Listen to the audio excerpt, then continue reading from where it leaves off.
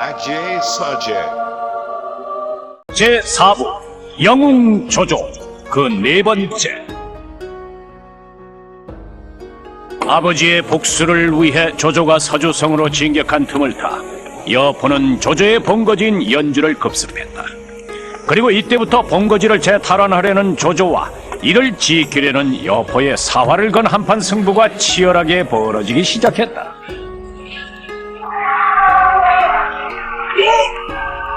어디냐? 시기 참 숨어있지 말고 속 나오라! 싸움이 뭔지 확실하게 가르쳐주마! 최근 들어서 불패의 상승세를 자랑하던 조조도 여포의 용맹 앞에서는 한 발짝 물러서지 않을 수가 없었다. 최고의 참모진과 최강의 공격수들로 짜여진 조조의 정예 병력이었지만 상대는 여포였다. 여포 저놈 참 싸움하는 기가 막히게 잘한단 말씀이야. 주군, 여포와 힘으로 맞서는 건 어리석은 짓입니다. 인파이팅을 버리고 아웃복싱을 구사하십시오. 맞아. 놈에겐 머리가 없지. 여포에겐 역시 계략으로 상대를 해야 해. 그러던 어느 날 한 방문자가 조조의 진영을 찾아왔다. 무슨 일로 날 찾아왔느냐? 저는 연주성내 전씨 가문에 하인입니다. 전씨라면 연주 성내 최대 부호라는 그 전씨 말이니? 그렇죠, 아시네. 그런데 그 전씨가 무슨 일로 날 찾는 거냐? 저희 짜장면, 아니, 편지를 받아보시죠. 이 안에 단무지, 아니, 용건이 들어있습니다. 조장군, 여포가 연주 땅을 통치한 이래 경제는 파탄에 빠졌고 민생은 불안하기 짝이 없습니다. 연주를 대표하는 경제인의 한 사람으로 더 이상 여포의 폭정을 견딜 수가 없습니다. 조장군, 부디 절 믿으시고 내일 밤 복양성으로 진격을 해주십시오. 저와 뜻을 함께하는 사람들이 안에서 성문을 열고 호응할 것입니다. 조조는 그날 밤 긴급 참모회의를 열었다. 하늘이 주신 기회란 바로 이런 거다. 전군의 출동 명령을 내려라. 내일 밤 연주성을 공격한다. 하지만 주군, 단순히 편지 한 장만을 믿고 병력을 옮기는 건 위험할 수도 있습니다. 더구나 전씨가 어떤 자인지 확실치도 않고요. 선욱, 전쟁이란 책에 적힌 정석대로만 하는 게 아니야. 순간순간의 임기응변, 애드립과 본능적인 감, 필에 따라 움직일 필요도 있어. 이번엔 느낌이 아주 좋아. 자, 다들 날 믿고 내일 밤 야습을 표명하라.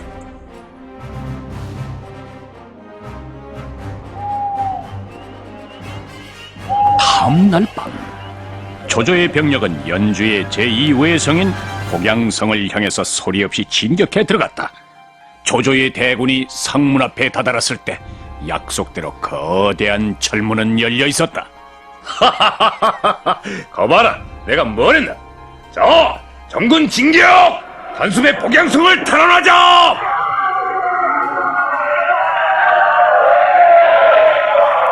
조조의 대군은 순식간에 복양성 안으로 밀고 들어갔다.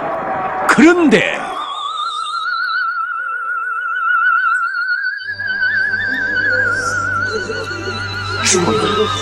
뭔가 분위기가 이상합니다. 성내는 마치 쥐죽은 듯 고요하고 뭔지 모를 음산한 분위기가 조조의 군대를 휘감고 있었다. 조조의 육감은 본능적으로 위험 신호를 감지했다. 계략이 걸려들었어! 후퇴! 병군을 후퇴! 그러나 때는 이미 늦고 말았다. 성 안에 들어온 조조의 병사들을 한 놈도 살려두지 마라! 공격!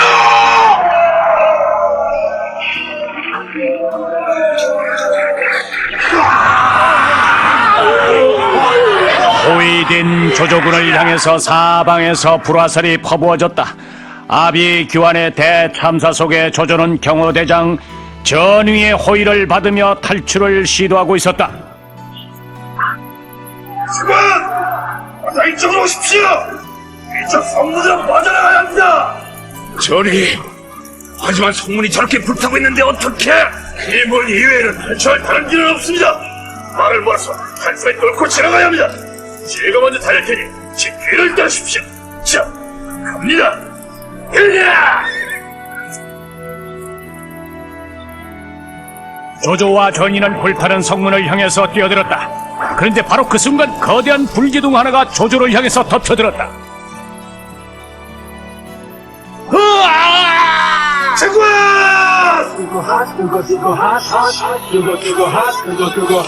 쉬지 않고 뛰는 내 심장이 불타오르는 날 그리고 그로부터 며칠 후 죽은 병세는 어떠십니까? 괜찮아. 이까지 2도 화상쯤으로 쓰러질 나 조조가 아니다. 이번에 병력 손실이 꽤 컸습니다. 싸우다 보면 이길 때도 있고 질 때도 있는 거야. 다만 기분 나쁜 건 내가 어떻게 여포 따위의 계략에 넘어갔느냐는 거지. 아무리 생각해도 이해가 안 가. 여포가 어떻게 이런 머리를 썼지? 최근에 진궁이란 자가 여포를 돕고 있다고 하는데 이번 계략도 아마 그자의 솜씨가 아닐까 싶습니다. 진궁? 이것 봐라. 날 버리더니 겨우 여포에게 갔어? 좋아. 그렇다면 받은 대로 돌려줘야지. 선우, 지금 즉시 관을 하나 준비하게. 갑자기 관이라뇨? 내 장례식에 좀 써야겠어. 죽은 불길하게 그런 말씀을 하십니까? 선우, 귀를 가까이. 가이가, 어? 응? 응? 그래, 응? 오케이? 오케이? 예, 오케이. 장군, 요즘 조조 진영의 분위기가 이상합니다. 이사가다니. 아니 그게 무슨 말인가 진군? 갑자기 철군 준비를 하고 있는 것 같습니다. 철군? 아이 겨우 한 번 졌다고 조조가 철군을 하단 말이야? 에이 조조답지 않은데 그래. 듣자니 지난번 싸움에서 조조가 큰 부상을 입었다고 하던데 혹시 그것과 관련이 된 건 아닐런지. 그래? 아이 그럼 혹시 조조가 죽은 거 아니야? 일단 조조 진영의 스파이를 파견해 보겠습니다. 예. 무슨 꿍꿍인지 알아보고 나서 대처를 하시죠. 그로부터 며칠 후 여포군 내 최고의 스파이 한 명이 평범한 농부로 가장해서 조조 진영에 잠입해 들어갔다. 그런데 놀랍게도 그곳에선 장례식이 벌어지고 있었다.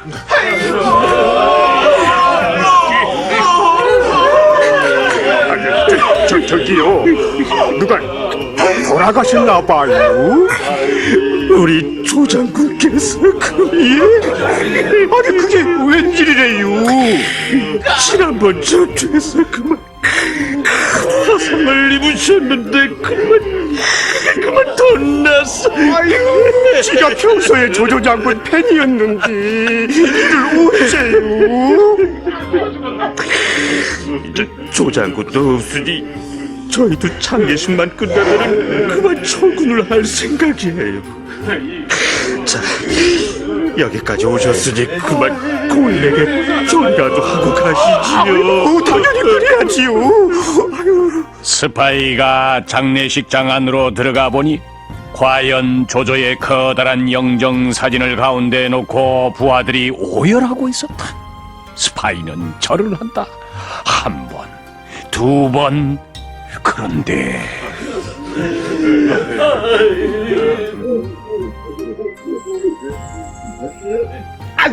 아이고, 죄송해요. 진동으로 해놓는다는 게 그만. 어쨌거나 스파이의 첩보는 곧바로 여포에게 보고됐다. 조조 사망. 여포는 흥분했다. 전군 진격! 철수하는 조조군을 박살내버리자! 침착하십시오. 경거망동해선 안 됩니다. 진궁, 내 끓는 피를 말리지 말게. 지금이야말로 조조의 탄당들을 싹쓸이할 철호의 기회야. 자, 전군 진격! 여포의 군대는 영구를 싣고 철군하는 조조군의 배후를 급습했다. 그러나 여포, 이 어리석은 놈아! 내가 그렇게 쉽게 죽을 줄 알았냐? 내가 죽으면은 삼국지는 누가 끌고 가냐? 얘들아, 신밖에 모르는 저 어리석은 돼지에게 뜨거운 맛을 보여줘라!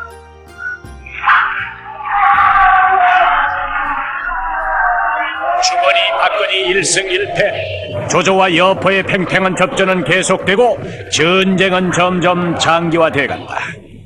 그러던 어느 날 조조군 휘하 제69연대 2대대 7중대 2소대의 신병이 하나 들어왔다. 야 막내 일로 와봐. 이병 전태예. 야 너 누나나 여동생 있어? 누나가 한 명 있습니다. 그래. 누나 몇 살인데? 23입니다. 야 누나 예뻐? 예, 그렇습니다. 엄청 예쁩니다. 야 막내 편히 앉아. 다리 풀고. 괜찮아.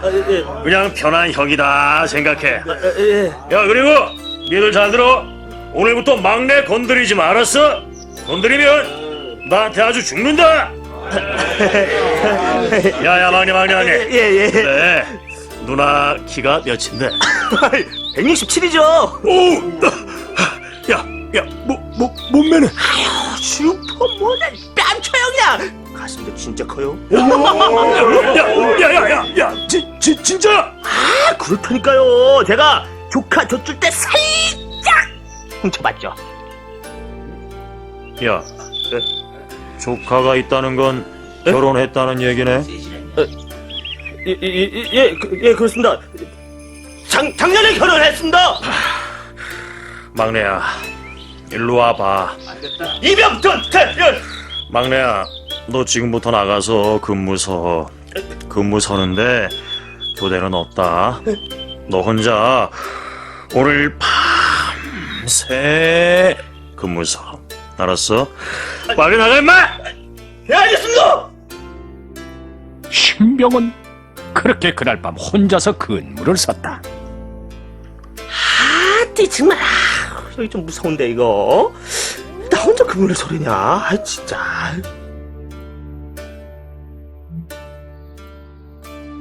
깊은 산중 아무도 없는 외진 초소는 왠지 모를 으스스한 분위기가 감돌고 있었는데, 그런데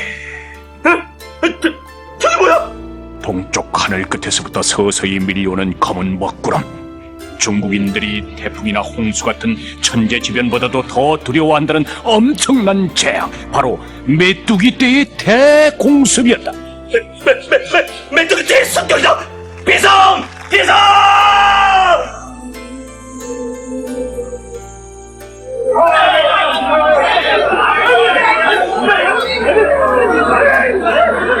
헐박의 대지라는 소설에서도 잘 묘사된 것처럼 메뚜기 떼의 습격은 그 지역을 일시에 초토화시켜버린다.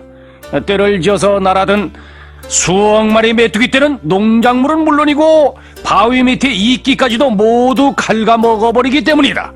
이로 인해서 들판에 야영 중이던 조조의 군대는 대피해를 입었다.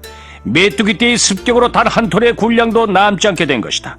천재지변이나 사스보다도 더 무섭다는 메뚜기 떼의 습격. 자, 그럼 우린 여기서 잠시 이 메뚜기 떼의 피해와 발생 원인에 대해서 전문가의 얘기를 잠시 좀 들어보도록 합시다. 서기 194년 그 삼국지에 등장한 이 메뚜기 떼의 습격은 1800여 년이 지난 지금까지도 이게 계속 이어져 오고 있어요. 이게 이 메뚜기 떼는 주로 그 대륙의 넓은 그 초원지대에서 이게 많이 발생을 하고 있는데, 이게 아프리카나 중동의 사막 지역, 또 아메리카 대륙의 페루, 그리고 아시아에서는 그 중국이 그 대표적인 피해쟁이다. 이게 원래 그 군집 생활을 하지 않는 메뚜기가 이렇게 때로 몰려다니는 현상을 우리가 이게 비황현상이다. 이게 비황현상, 이렇게 말을 하는데, 이 메뚜기는 그 일반 메뚜기하고는 이게 전혀 또 다른 특성을 보여주고 있어요. 이게 그 일반 메뚜기와 달리 무려 3,000km를 집단으로 이동하는 그 장거리 비행 능력하고,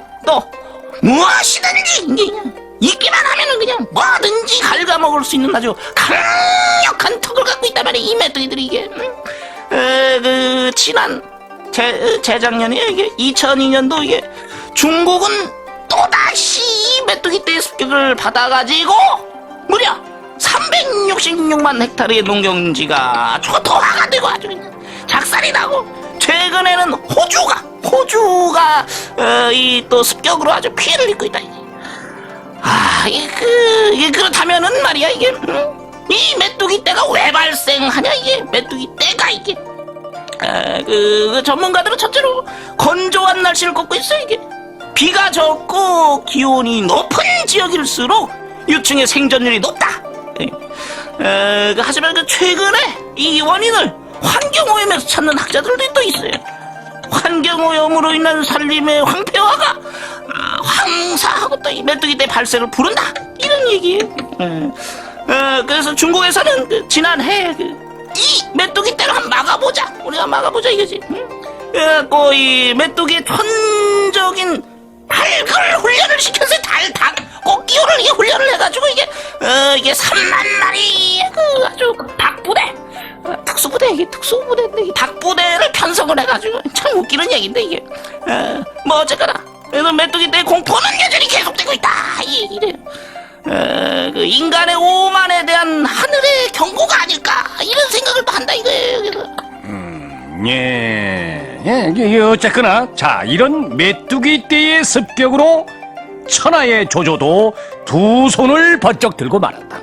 순우, 어쩌면 좋겠나? 여기 연주 땅에 계속 버텨봤자 우리에게 득될 게 없을 것 같습니다. 지금 즉시 군사를 돌려서 연암 지방에 창궐하고 있는 황건적을 토벌하는 것이 좋을 것 같습니다. 황건적을 쳐서 그들의 식량도 뺏고 또 도적을 치는 일이니 명분도 서고요. 당분간 여포는 잊으십시오. 그래, 오케이 순우, 우리 그렇게 하자.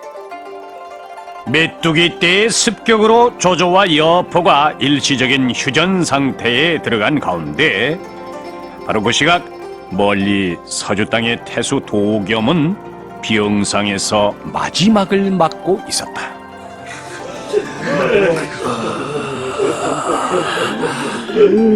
유공, 유공. 예, 태수님. 죽기 전에 내 마지막 소원입니다. 유공, 부디 이 서주 대수의 자리를 맡아주십시오. 태수님, 그것만은 아니 됩니다. 제가 어찌 감히... 저 태수님, 그러지 마시고 어서 건강을 되찾으셔서 다시 서주 땅을 다스려 주십시오. 유공, 내 명은 내가 합니다. 난 이미 들렸어요. 유공, 부디 내가 없더라도 이 서주 땅을, 서주 땅을.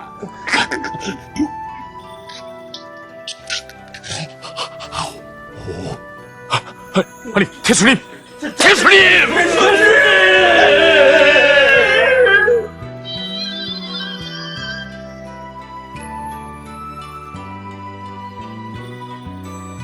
자, 유비가 마침내 일국의 주인이 될 수 있을 것인가?